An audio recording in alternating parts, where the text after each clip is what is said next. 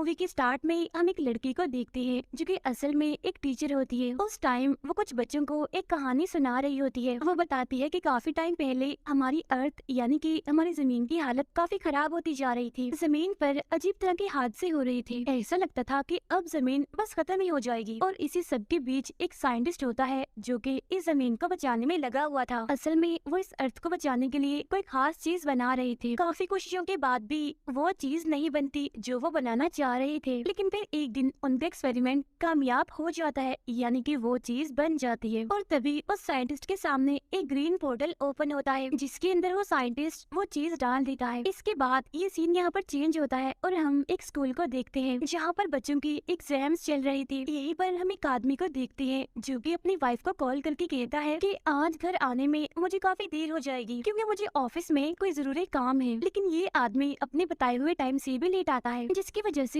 उसकी सारी फैमिली उससे नाराज हो जाती है। तो इसीलिए अपनी फैमिली को मनाने के लिए ये आदमी हॉलिडे प्लान करता है और फिर अगले ही दिन वो अपने फार्म हाउस पर घूमने के लिए निकल जाते हैं। और ये फार्म हाउस एक काफी खूबसूरत आइलैंड पर होता है। अब जैसे ये लोग फार्म हाउस पर पहुँचते हैं तो वो आदमी और उसकी वाइफ तो घर के अंदर होते हैं, लेकिन उनके बच्चे बाहर खेल रहे होते हैं और काफी एंजॉय भी कर रहे होते हैं। इन बच्चों में लड़की का नाम नोआ और लड़की का नाम एमा होता है। वो बीच पर जाते हैं और वहाँ पर काफी मस्ती करते हैं। लेकिन तभी समंदर से उनके पास एक बॉक्स आता है और इस बॉक्स को ये दोनों ले लेते हैं। ये बॉक्स कोई आम बॉक्स नहीं होता बल्कि ये काफी मिस्टीरियस से हाथ लगाते हैं तो वो बॉक्स खुल जाता है। असल में ये वही बॉक्स होता है जिसे कि उस साइंटिस्ट ने ग्रीन कलर के पोर्टल में टेलीपोर्ट किया था। इस बॉक्स में से इन बच्चों को एक ग्लास मिलता है जो कि ग्रीन कलर का होता है। अब उस बच्चे नोआ को ये ग्रीन ग्लास काफी अट्रैक्टिव लगता है और इसी वजह से वो इस ग्लास को और इस मिस्टीरियस बॉक्स को उठाकर अपने घर ले आते हैं। लेकिन वो इस बारे में अपने पेरेंट्स को कुछ भी नहीं बताते। लेकिन वो जल्द उनकी मदर को इस बारे में पता चल जाता है और तब नोआ वो ग्रीन ग्लास अपनी मदर को दिखाता है। लेकिन जैसे उसकी मदर वो ग्रीन ग्लास अपने हाथ में पकड़ती है तो उसका कलर फौरन से ब्लैक हो जाता है। लेकिन जैसे वो ग्लास नोआ के हाथ में आता है तो वो दोबारा से ग्रीन कलर का हो जाता है। अब इसका मतलब ये होता है कि ये एक किस्म की फिंगरप्रिंट टेक्नोलॉजी है जिसमें जो कोई भी पहले इस बॉक्स को टच करेगा वो इन सब चीजों को कंट्रोल कर पाएगा। और हम जानते हैं कि सबसे पहले इस बॉक्स को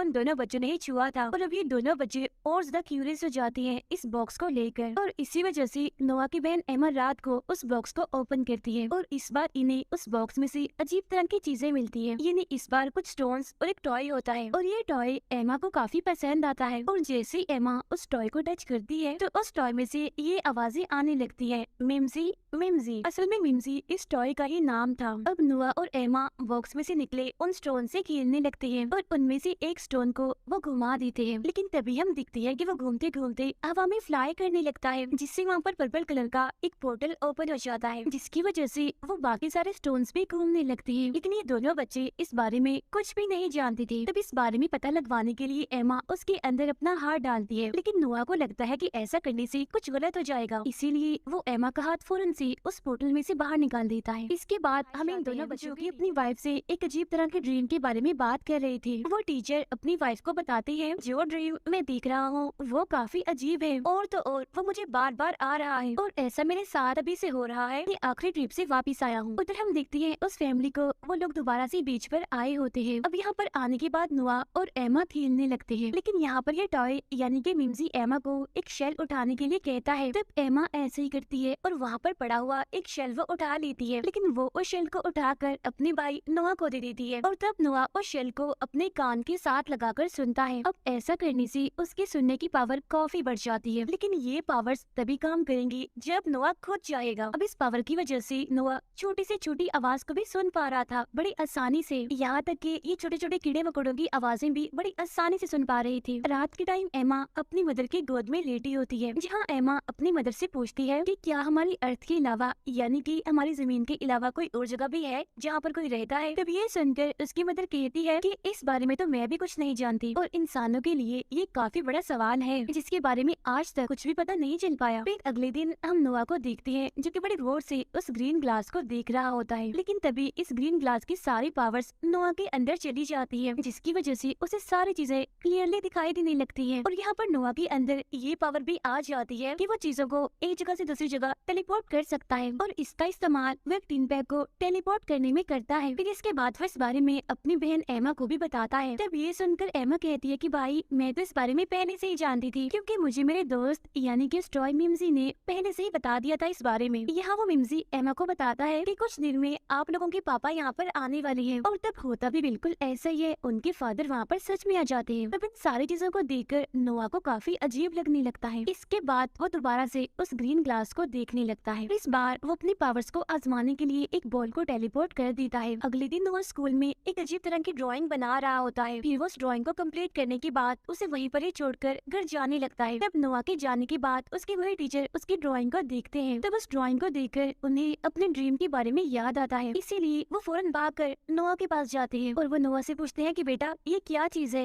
ये तुमने ड्राइंग कैसे बनाई। लेकिन इस बारे में नोआ ज्यादा कुछ नहीं बताता। वो कहता है कि मैंने तो बस ये ड्राइंग ऐसे बना दी। लेकिन ड्राइंग के बारे में डीपली रिसर्च करते हैं, जहाँ पर उन्हें ये बात कंफर्म हो जाती है कि ये वही चीज है जो इनके ड्रीम में हमेशा आती है। अगले दिन नोआ स्कूल में अपने साइंस प्रोजेक्ट के बारे में सभी बच्चों को मकड़ियों के बारे में बता रहा होता है। लेकिन इन बातों में नोआ नॉर्मल बातों से हटकर कुछ अलग ही बातें बताता है, जहाँ वो सबको बताता है कि मकड़ियाँ असल में अपनी कंडीशन के मुताबिक ही अपना जाल बनाती है, और उसी कंडीशन के जरिए इनका जाल मजबूत भी बन सकता है और कमजोर भी। अब ये देखकर नोआ के टीचर उसके पेरेंट्स को बताते हैं कि सच में आपका बेटा एक्स्ट्रा ऑर्डिनरी है, वो काफी स्मार्ट है, उसका IQ लेवल काफी अच्छा है। रात के टाइम एमा अपनी बेबी सीटर को वो सारे स्टोन्स हवा में फ्लाई करके दिखाती है, और अब ये देखकर उसकी बेबी सीटर काफी डर जाती है और वहाँ से चली जाती है। रात के टाइम नोआ उस ग्रीन ग्लास को एक अजीब तरह की चीज से जोड़ता है, और वो अजीब चीज भी उसी बॉक्स में से निकली थी। नोआ के ऐसा करते ही वो चीज एक स्पेसशिप में बदल जाती है, और स्पेसशिप में इतनी पावर्स आ जाती है कि पूरे शहर की लाइट्स ओवर पावर होकर बंद हो जाती है। फिर इस चीज की इन्वेस्टिगेशन करने के लिए एक सीनियर ऑफिसर को रखा जाता है। अब इतनी सारी अजीब चीजों को देखकर नोआ अपनी बहन एमा से कहता है कि इन चीजों से हमें खतरा भी हो सकता है, हमारे लिए बेहतर होगा कि हमें इन्हें फेंक देना चाहिए। अब हालांकि ये दोनों फैसला तो कर लेती हैं, लेकिन ये ऐसा कर नहीं पाते। फिर रात के टाइम जब नोआ सो रहा होता है तो उसे एक अजीब सा ड्रीम आता है, जिसमें वो दिखता है कि वो हवा में फ्लाई कर रहा है। साथ ही साथ उसे वहाँ पर काफी अजीब तरह की चीजें भी दिखाई देने लगती है। इसके बाद हम उसी सीनियर ऑफिसर को देखते हैं, जो कि अपने साथियों से कहता है कि जिसकी तैयारी हमने की थी आज उसको इस्तेमाल करने का टाइम आ चुका है। उधर घर में नोआ एमा को अपने ड्रीम के बारे में बताता है। तब ये सुनकर एमा कहती है कि मुझे भी सेम ऐसे ड्रीम आया है। और तभी यहाँ इन लोगों के घर वो टीचर अपनी वाइफ के साथ आता है, और वो नोआ की मदर को नोआ की बनाई हुई ड्राइंग दिखाते हैं और कहते हैं कि ये कोई नॉर्मल ड्राइंग नहीं है, बल्कि ये कुछ ऐसी थीरीज हैं जिन्हें कुछ साइंटिस्ट ने अपनी पूरी जिंदगी लगाकर बनाया है। और नोआ ने तो क्लासरूम में बैठकर इसे मतलब ये है कि नोआ इस बारे में काफी कुछ जानता है। नेक्स्ट डे एमा के फादर एमा से शुगर मांगते हैं। तब एमा यहाँ पर अपने फादर को शुगर हवा में फ्लाई करके देती है। अब ये देखकर उनके फादर काफी हैरान हो जाते हैं, इसीलिए वो दोबारा से उनके टीचर को घर पर बुलाते हैं। तब ये सुनकर उनके टीचर कहती है कि मैं तो इस बारे में कुछ खास नहीं कर सकता, लेकिन हाँ मेरा एक दोस्त है जिसके पास इन चीजों की काफी अच्छी नॉलेज है। इसके बाद ये लोग उन बच्चों के रूम में आते हैं, जहाँ एमा हवा में फ्लाई करते हुए अपने बेड पर वापस आती है। साथ ही उसके हाथ में यहाँ पर मिम्जी भी होता है। तब ये देखकर ये सारे लोग काफी डर जाते हैं, जिसकी वजह से एमा की मदर मिम्जी को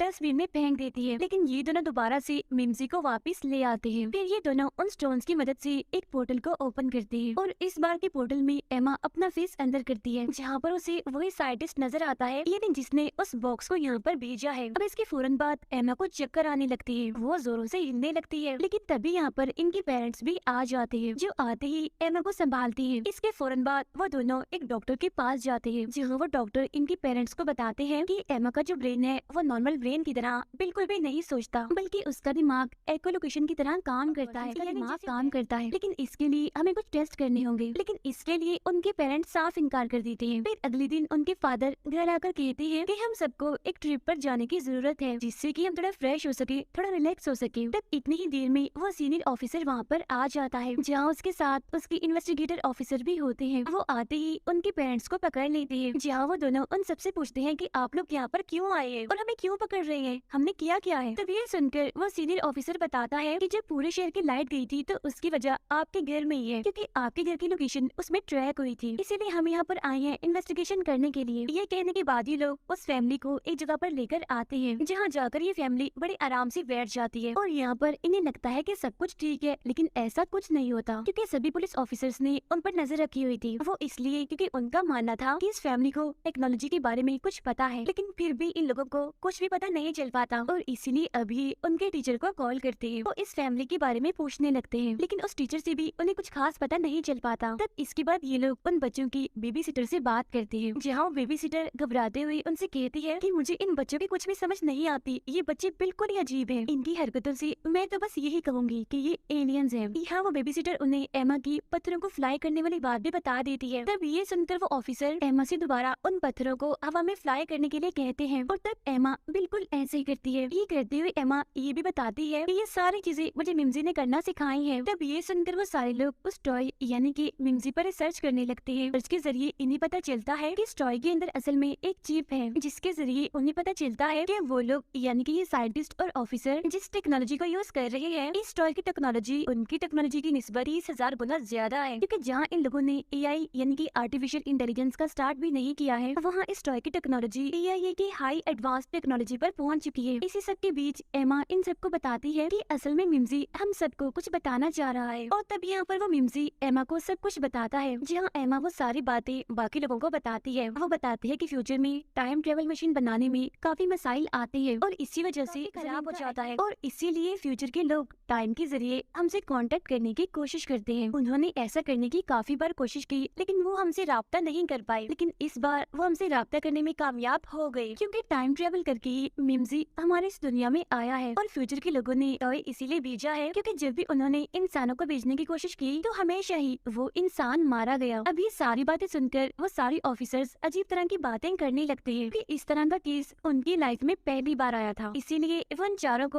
अलग अलग कमरों में लॉक कर देती है। लेकिन यहाँ पर नोआ और एमा अपनी पावर से एक दूसरे से बात कर रहे थे। यहाँ पर नोआ एमा से कहता है कि हमें जल्द से जल्द उन स्टोन्स को और मिम्जी को यहाँ से छुड़वाना होगा। फिर ये दोनों अपनी पावर्स की मदद से यहाँ से निकल जाते हैं। यहाँ से निकलने के बाद ये अपनी चीजों को ढूंढने लगते हैं। जहाँ इन्हें मिम्जी तो मिल जाता है, लेकिन इनके जो स्टोन्स होते हैं वो अब टूट चुके थे। तब यहाँ एमा नोआ से कहती है कि अभी भी हमारे पास थोड़े बहुत पत्थर बचे हुए हैं और वो पत्थर हमारे फार्म हाउस में है। अभी लोग एक ट्रक को लेकर अपने फार्म हाउस में नोआ अपनी पावर की मदद से ही कर रहा था, लेकिन रास्ते में ही इनका पेट्रोल खत्म हो जाता है। उधर इनके टीचर को दोबारा से वही ड्रीम आता है, लेकिन इस बार उसके ड्रीम में ये बात खास होती है कि उसे कोई बुला रहा होता है। और इसके फौरन बाद वो नोआ और एमा को ढूंढने के लिए निकल जाता है, जहाँ उसे नोआ और एमा मिल भी जाते हैं और अभी तीनों फार्म हाउस की तरफ जाने लगते हैं, जहाँ जाकर इन्हें पत्थर मिल जाते हैं जिसकी मदद से ये पोर्टल ओपन कर लेते हैं। यहाँ ये सारी चीजें इन्हें मिम्जी ही बता रहा होता है। नोआ वहाँ पर वो स्पेसशिप भी लाता है जो कि नोआ ने ही बनाया था अपनी पावर से। यहाँ पोर्टल में एमा